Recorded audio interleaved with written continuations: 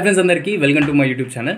So ఏంటంటే ఈరోజు editing వచ్చి చాలా సింపుల్ అనమాట. సో మనం ఏదైనా అకేషన్స్కి వెళ్తూ ఉంటాం, అక్కడ మనం ఫొటోస్ దిగుతూ ఉంటాం, బ్యాక్గ్రౌండ్ అంటే కనబడేటట్టు అంటే వైడ్ యాంగిల్ ఫొటోస్ అనమాట. సో మనం స్క్రీన్ మీద చూడొచ్చు. సో ఇలాంటి ఒక లాంగ్ లెంత్ ఫొటోస్ అయితే దిగుతూ ఉంటాం. దో ఈ ఫోటోలకి బ్యాక్గ్రౌండ్ అనేది ఏ విధంగా చేంజ్ చేయాలనేది చాలా సింపుల్గా చాలా డెడ్ ఈజీ ప్రాసెస్లో అయితే చెప్పాను. సో ఎడిటింగ్ అయితే ఎవరికైతే రాదో వాళ్ళు కూడా ఇది ఫోటో అయితే జస్ట్ 2 స్టెప్స్లో అయితే ఎడిట్ చేసుకోవచ్చు. సో చాలా ఈజీగా ఎక్స్ప్లెయిన్ చేస్తాను. సో దీనికి సంబంధించిన బ్యాక్గ్రౌండ్స్ అన్ని కూడా నేను డిస్క్రిప్షన్ ఇచ్చాను, అక్కడ నుంచి మీరు డౌన్లోడ్ చేసుకోవచ్చు. ఒకవేళ సో మరి ఏ మాత్రం లేట్ చేయకుండా వీడియో అయితే స్టార్ట్ చేసే ముందు మీరు కనుక ఈ ఛానల్కి కొత్తగా వచ్చినట్లయితే నా పేరు Anand Wesley. Welcome to my YouTube channel Anand Wesley creations. మన ఛానల్లో crazy creative super concept edits అయితే అప్లోడ్ చేస్తాము in a crazy and creative వేలో.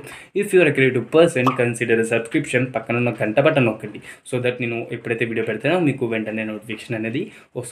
So we should directly get into the video.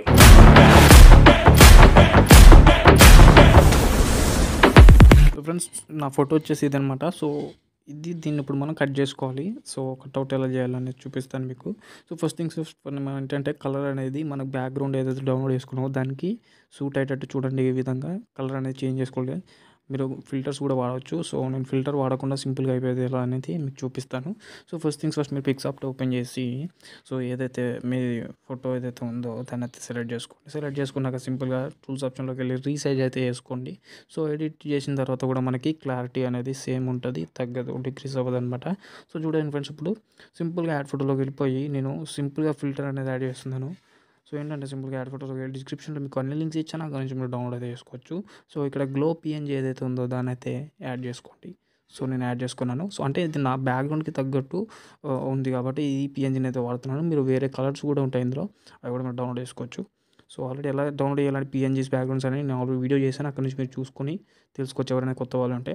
So సింపుల్గా ఇలా పెద్ద చేసుకొని ఓపెసిటీ నేను కొద్దిగా తగ్గించుకొని సో ఇట్లా పెద్దగా చేసుకొని సైడ్కి అయితే పెట్టుకుంటున్నాను. ఇప్పుడు ఏంటంటే మనకి ఒక ఆ సన్సెట్ లుక్ ఏదైతే వచ్చిందో అదే బ్రౌనిష్ టైప్ అయితే ఒక ఫిల్టర్ టైప్ అయితే యాడ్ అయింది మనకి ఫోటోకి, చూడొచ్చు. సో సింపుల్గా దీన్ని రైట్ క్లిక్ ఇచ్చి సేవ్ చేసేసుకోండి. సేవ్ చేసేసుకున్నప్పుడు మీరు చూడొచ్చు ఇప్పుడు చేంజ్ అయితే అయింది. సో ఇప్పుడు దీన్ని కట్ చేసుకోవాలి. మనం సేవ్ చేసుకొని దీన్ని కరెక్ట్గా కట్ చేసుకోవాలి. పర్ఫెక్ట్గా ఎలా కట్ చేయాలి తెలియకపోతే దీన్ని నా గురించి కూడా ఒక యాప్ చెప్పాను, వీడియో కూడా చేశాను, అక్కడ నుంచి మీరు చూసి తెలుసుకోవచ్చు. సో కట్ చేసుకున్నాక బ్యాక్గ్రౌండ్ ఏదైతే మీరు డౌన్లోడ్ చేసుకున్నారో సో దాన్ని అయితే యాడ్ చేసుకోండి. ఓపెన్ చేసి సేమ్ రీసెట్ చేయండి. బ్యాక్గ్రౌండ్ కూడా రీసెట్ చేసిన తర్వాత సో మీరు ఏం చేస్తారంటే ఎఫెక్ట్స్ ఆప్షన్లోకి వెళ్ళి బ్లర్ అయితే సెలెక్ట్ చేసుకోండి. ఎందుకంటే మనం ఫోటో కట్ చేసుకున్న ఫోటో యాడ్ చేస్తాం కాబట్టి మనది కొంచెం ఎలివేట్ అవుతుంది. సో బ్లర్ ఉంటే బ్యాక్గ్రౌండ్ మనకి మన ఫోటో అనేది హైలైట్ అవుతుంది కాబట్టి సో దాన్ని ఒక బ్లర్ స్ట్రెంత్ వచ్చేసి ఒక 2% పెట్టుకోండి, ఎక్కువ పెట్టొద్దు. సో మరీ బ్లర్ అయినా కూడా బ్యాక్గ్రౌండ్ అనేది కనబడదు.